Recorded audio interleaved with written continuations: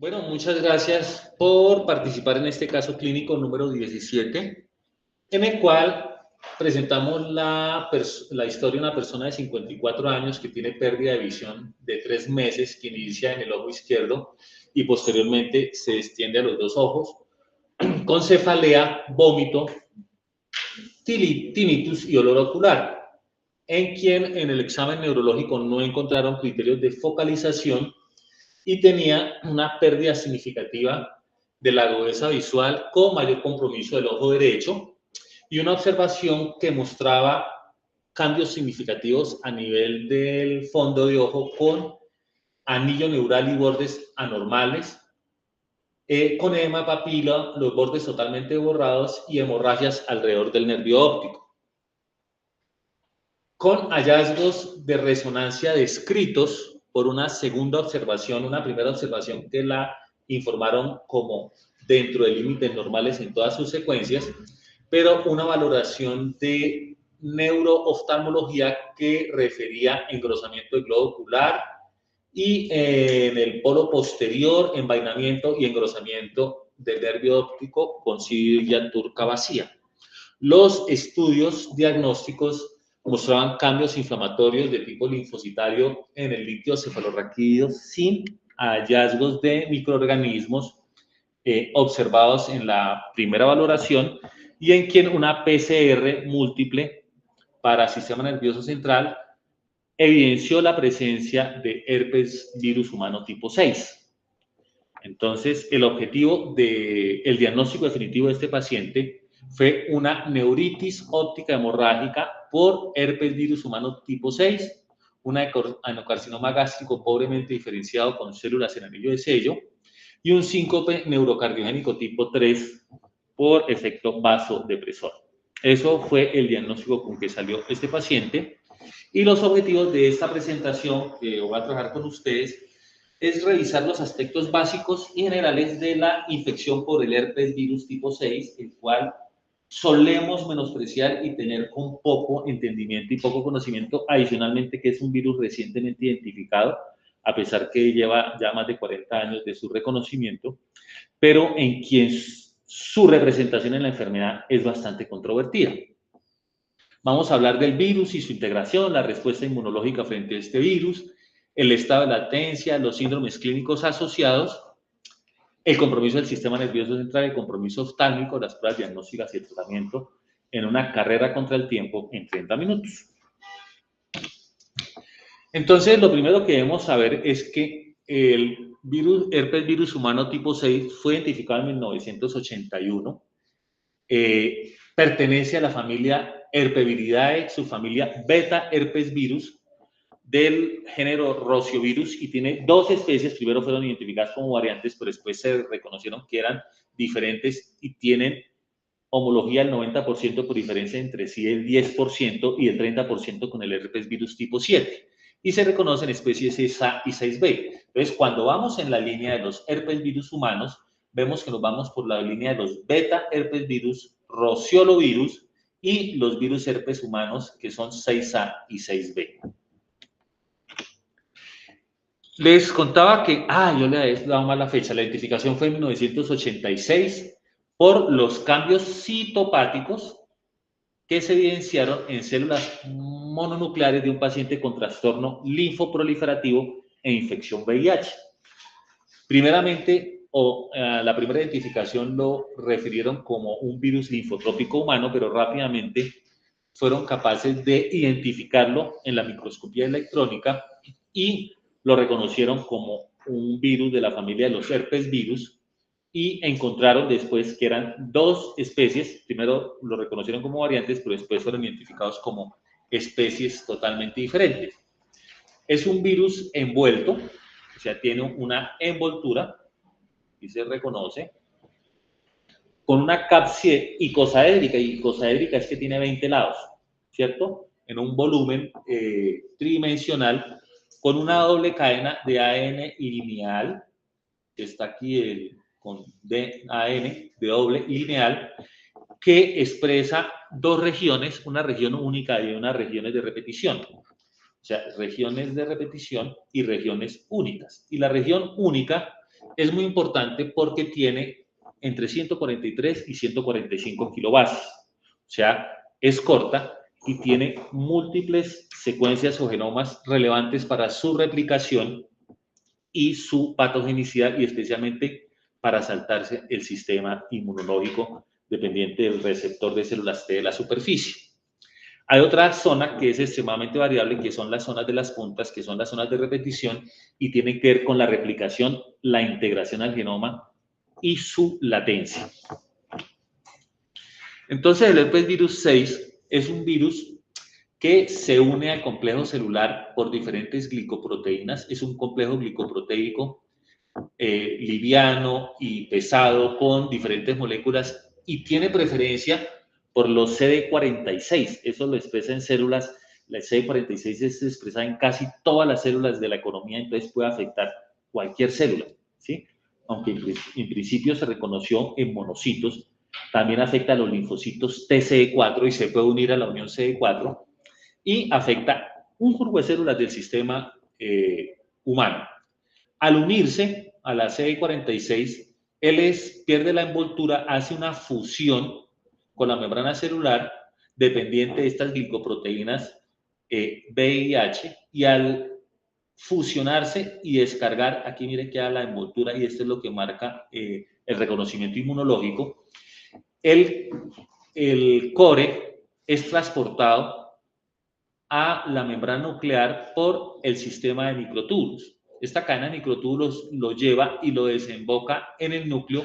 En el núcleo tiene diferentes genes de expresión que se han reconocido como tempranos, inmediatos y tardíos.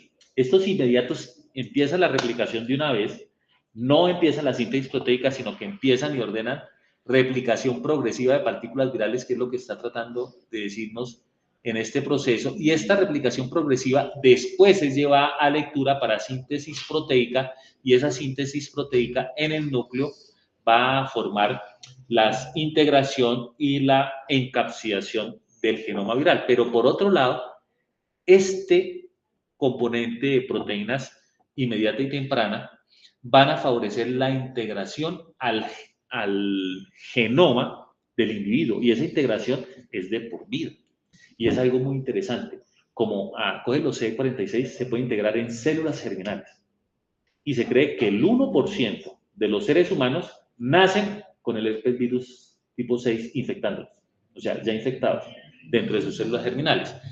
Entonces, este proceso de integración de la cápsula viral se lleva a cabo y, por último, con el sistema de Golgi se envuelve. O sea, él no coge la envoltura directamente de la membrana humana o del mamífero o del ser humano, sino que la coge el aparato de Golgi, que lo envuelve, y al envolverlo genera unas partículas nuevamente infectantes y se genera la exocitosis. Entonces les está hablando de que como se une al CD46 puede infectar cualquier tipo de célula. Entonces, mire, coge linfocitos TCD4, células de cordón umbilical, fibroblastos, células NK, endoteliales, astrocitos fetales, oligodendrocitos y microglia. Y eso hace que tenga muchas expresiones del sistema nervioso central.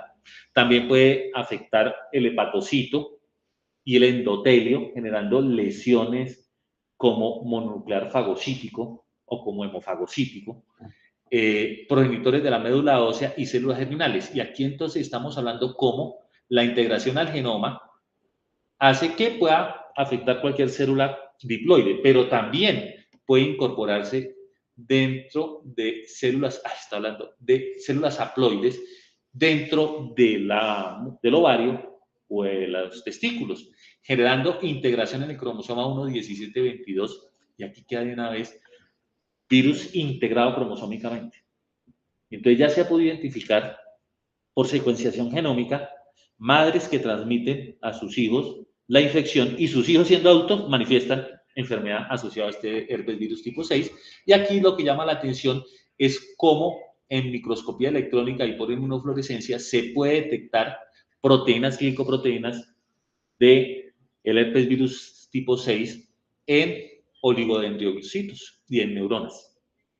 Entonces, es un virus que se integra muy fácilmente y produce muchos daños porque es capaz de producir proteínas inmunomoduladoras, y estas proteínas inmunomoduladoras son capaces de burlar el sistema inmune cuando entran en fase de latencia, pero también tiene proteínas que generan una acción pirata y activan el sistema celular en su beneficio. Entonces, básicamente, habíamos hablado de cómo en una célula epitelial el virus puede entrar y estimula los Fas ligandos, induciendo apoptosis de estas células que pueden llevar a una infección lítica y liberación de viriones, o puede generar una integración viral que no es reconocida, cualquiera de estas dos vías. Entonces, las proteínas o las unidades 21, 12 y 15 se integran a las células del sistema inmunológico y tienen una particularidad.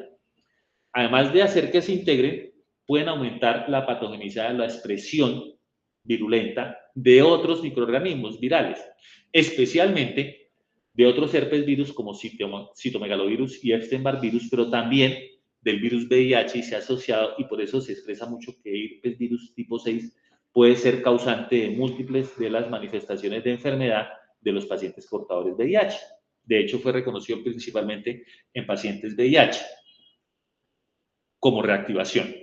La acción pirata estimula la producción de beta-quininas de las proteínas del grupo RANTES y la proteína 1, y eso hace que se produzca una respuesta inflamatoria sistémica crónica, persistente. Y la estimulación de interleuquinas de tolerancia, especialmente el interferona alfa y la interleuquina B, hace que fácilmente se integre la célula y sea tolerado sin que se genere enfermedad. Y entonces, muchos de los autores dicen, lo que pasa es que el virus se replica y simplemente lo que estamos encontrando es un epifenómeno y el virus no tiene ninguna relación con la enfermedad. Y ya vamos a hablar de cómo produce enfermedad. Se puede producir activación de linfocitos TCE4 positivos en la infección aguda o activación de las células asesinas naturales que conllevan a los cambios inflamatorios reconocidos como enfermedad. Esto se me fue para atrás. Bueno, ¿cómo inmunomodula este virus? Pues esta pequeña tabla lo que trata de mostrarles es que al incorporarse el linfocito TCE4 puede destruirlos por inducción de apoptosis de estos linfocitos TCE4 o destrucción por acción lítica de los linfocitos citotóxicos CD8, alteración de las células presentadoras de antígenos, supresión de la interleuquina 1 de esas células presentadoras de antígeno, interleuquina, perdón, 12 y 2, e inducción de proteínas inflamatorias inmunosupresoras, como el interferón, la interleuquina 1 beta, las proteínas del grupo RANTES o el factor de necrosis tumoral alfa. Pero también por U11 y U21 lleva expresión viral de quimoquinas de inmunomodulación a la baja en células TCE3, CD4 y CD46. Así que todas sus actividades inmunomoduladoras en reactivación del herpes virus tipo 6 puede asociarse a aumento de la patogenicidad del VIH-1. O sea, esto lo han mostrado en diferentes estudios desde hace harto tiempo. Vale. ¿Ya para dónde voy? Ya, aquí. Entonces, las formas de manifestaciones clínicas habituales del herpes virus tipo 6, pues es la sexta enfermedad, o el exantema súbito, que afecta a lactantes de 6 meses a 2 años, produce el 20% de los casos de fiebre en lactante, pero también el 20% de las convulsiones febriles del lactante. Entonces, los lactantes que convulsionan por síndrome febriles frecuentemente tienen identificación de herpes virus tipo 6, con exantema del tronco, cuello y cara. Aquí vemos una fotografía obtenida de la internet.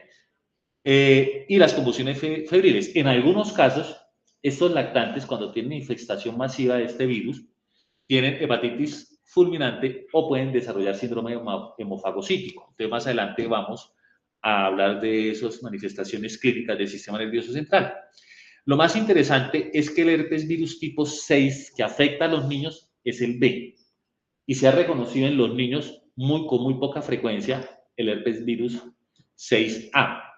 Parece que el 6A se presenta más en la adultez. El gran problema es que no se ha podido identificar cuál es el punto de transmisión o a qué edad los adultos adquirimos el herpes virus tipo 6, pero lo que se ha encontrado es que el 90% de la población mundial tiene virus herpes tipo 6 y 1% tiene herpes virus tipo 6 integrado.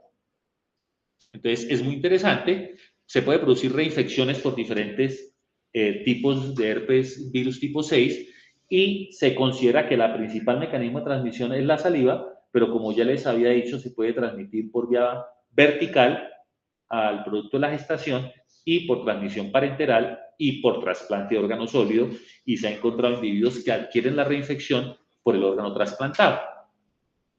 Y es importante en los grupos trasplantados. En el adulto, que es interesante, cuando se ha estudiado este herpes virus 6, puede producir un síndrome similar a la mononucleosis infecciosa, lo cual casi nunca tenemos en cuenta cuando tenemos síndrome mononucleósico. Puede producir hepatitis fulminante, síndrome de trombocitopenia, leucopenia, anemia y compromiso del sistema nervioso central y el ojo, produciendo encefalitis, encefalopatía, retinitis, enfermedad desmielinizante multifocal fulminante, leucoencefalopatía multifocal progresiva, y aquí es claro que la produce es el virus JC, pero se ha encontrado que los individuos infectados y con activación del herpes virus 6 tienen mayor gravedad de la leucoencefalopatía multifocal progresiva.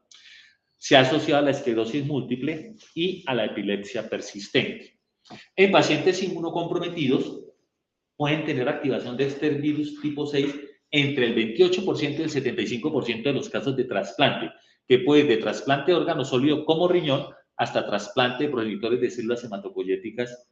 En el 75% de los pacientes hacen reactivación por el herpes virus tipo 6.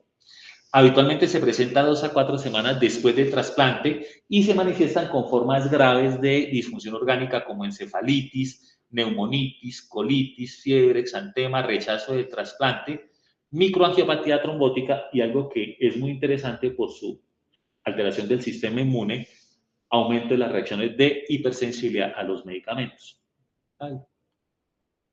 Volvámonos aquí. Bueno. Entonces, en el sistema nervioso central, el virus puede afectar tanto las células de la glía como las neuronas, y se ha encontrado moléculas o fragmentos moleculares del virus, identificación molecular del virus.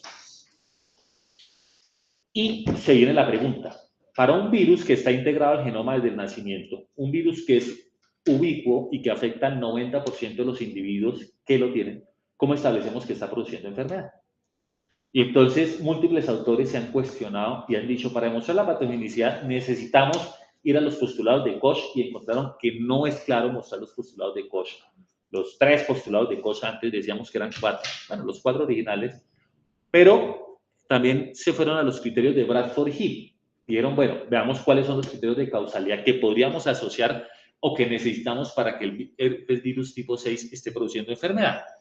Y entonces lo primero es que debe haber ácido nucleico, que a mayor sea la cantidad de ácido nucleico, mayor sea la enfermedad, que las células que están afectadas tengan ese ácido nucleico presente, que esté presente en el tejido enfermo más que en el sano, porque también puede encontrarse en el sano, pero que aumente en el tejido enfermo, y que haya una relación entre el aumento de la exposición del virus y el desarrollo de la enfermedad. O sea, que a más virus vean, más enfermedad esté. Que no se detecte otro agente infeccioso, que exista respuesta inmunitaria en el tejido enfermo o en la sangre frente a este virus. Que esta respuesta frente al virus esté en asociación con la producción de la enfermedad. Y que el tratamiento específico reduzca la cantidad de virus en la sangre del enfermo y las manifestaciones clínicas. Esos son los criterios que deben ser tenidos en cuenta para decir que el herpes virus 6 produce enfermedad, que son los criterios de Bradford-Hill, que hablamos de asociación, de presencia, de intensidad. Pues, al tener en cuenta esos criterios de Bradford-Hill, empezamos a ver que sí hay descripciones, y lo más llamativo es que no se pueden encontrar series de casos significativos o enormes o gigantes, o estudios o ensayos clínicos que permitan aclarar la enfermedad y su tratamiento. Todos son descripciones, anotaciones de casos individuales que nos limitan mucho la interpretación de esta enfermedad. Lo primero fue que empezaron a encontrar, y por alguna razón o extraña circunstancia, la mayor cantidad de enfermedad y lesión por herpes virus tipo 6 está descrita en Japón. Entonces los japoneses empezaron a encontrar primero que los niños que tenían Rociola infantum tenían gran cantidad de manifestaciones de compromiso del sistema nervioso central, como síndromes compulsivos, meningoencefalitis y encefalitis. Entonces, convulsiones, meningitis, meningoencefalitis y encefalitis asociadas a la roceola infantil. Posteriormente dijeron, no, también se encuentran en los adultos.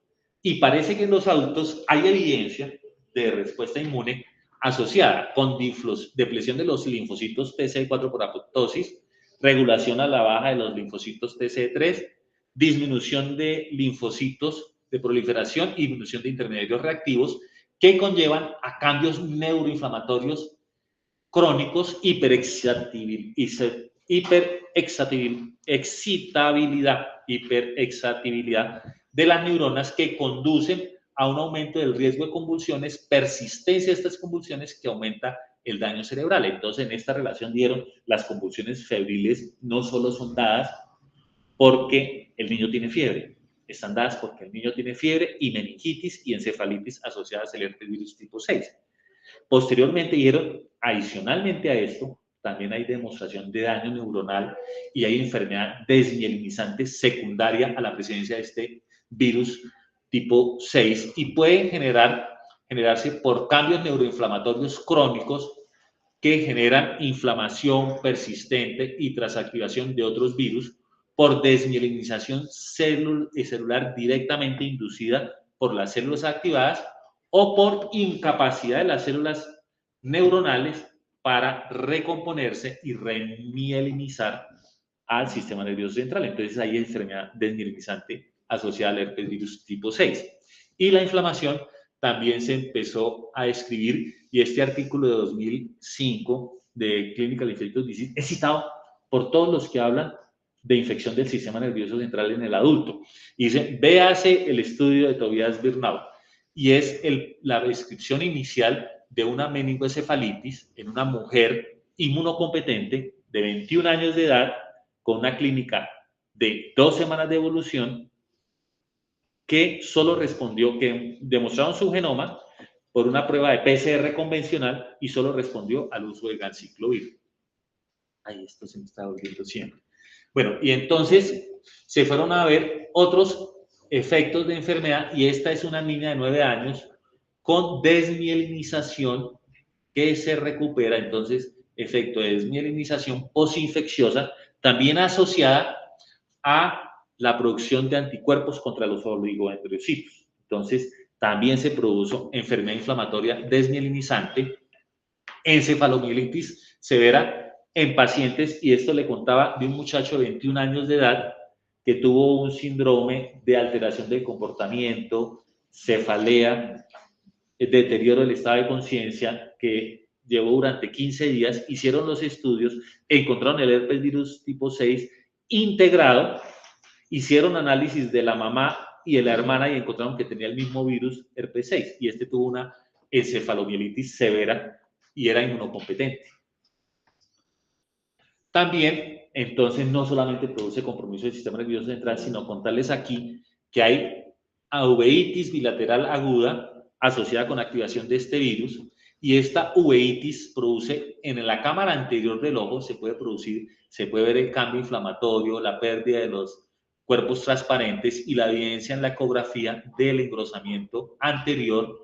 Esto es antes del drenaje, después de la cirugía realizan una biopsia. La biopsia demuestra cambios inflamatorios, inicialmente pensaron que era un tumor, pero hicieron una PCR sobre esa uvea y encontraron el herpes virus tipo 6, le iniciaron dexametasona y ganciclovir y el paciente respondió. Esta es una uveitis posterior que es muy parecida a la que tuvo nuestro paciente y encontramos el papilema, pero este tiene suados algodonosos alrededor de la retina, ¿cierto? Aquí la inmunofluorescencia demostrando el gran compromiso de la lesión y cómo después del tratamiento con esteroides y con cidofovir intraocular se pudo demostrar la curación e hicieron por PCR convencional donde demostraron los diferentes herpes virus y el recorrido 4 es el del herpes virus tipo 6. Las pruebas diagnósticas que se deben realizar, vamos bien de tiempo, que se pueden utilizar son pruebas serológicas y esas pruebas serológicas lo que demuestran la producción de anticuerpos contra el herpes virus tipo 6 que son muy sensibles, pero no establecen si hay enfermedad. Y entonces son fáciles de recolectar, son muy buenas y puede hacerse por inmunofluorescencia o por ELISA contra el herpes virus tipo 6 inmunoensayo. No diferencian enfermedad tardía o enfermedad aguda, infección o reactivación del virus dado que es ubicuo. Entonces simplemente demuestra la presencia del virus, no nos ayuda mucho. Pero entonces los diagnósticos directos pueden ayudarnos primero con aislar el virus. Eso es importante. Se hacen cultivos celulares en células de cordón, células monocíticas del cordón umbilical humano. Es el lugar ideal. Son muy buenas, pero solo se hacen en los laboratorios de referencia y nos demuestra que el virus realmente se está replicando. También se puede hacer la detección del antígeno, pero son muy poco sensibles y no se consiguen, no están fácilmente comercializadas, pero ahí empiezan evaluaciones cualitativas del DNA viral por PCR, eso lo pueden hacer. Lo que pasa es que, aunque discrimina muy bien la presencia del virus, no diferencia si el virus está activo o no. ¿Se acuerdan que yo les decía que había que ver si el virus está activo o no? Y entonces, en esta viene la evaluación de la transcripción de la detección viral o la detección de la transcripción viral a través de PCR. Y entonces puedo evaluar la carga viral, la capacidad de replicación del virus y si está produciendo enfermedad o no. El gran problema es que no es tan sensible. Entonces no se sabe si es sensible o no. Entonces la prueba que más se utiliza es una PCR en tiempo real cuantitativa para determinar que el virus esté presente o no y es muy útil en los pacientes trasplantados. Entonces, básicamente serología y después diagnóstico directo. Aquí. El abordaje terapéutico y definir si el virus está produciendo o no está produciendo enfermedad es muy difícil.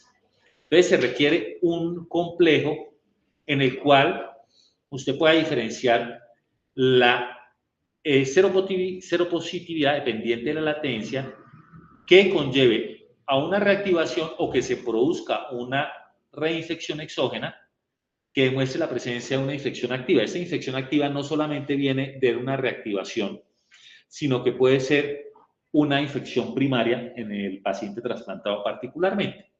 Entonces, esta infección activa tiene que asociarse a un proceso inflamatorio, a un proceso de alteración inmunológica o una disfunción orgánica, con lo que reconocemos que pueda existir una enfermedad que se genera habitualmente de una conversión de una seropositividad latente a una infección activa que conduzca a daño.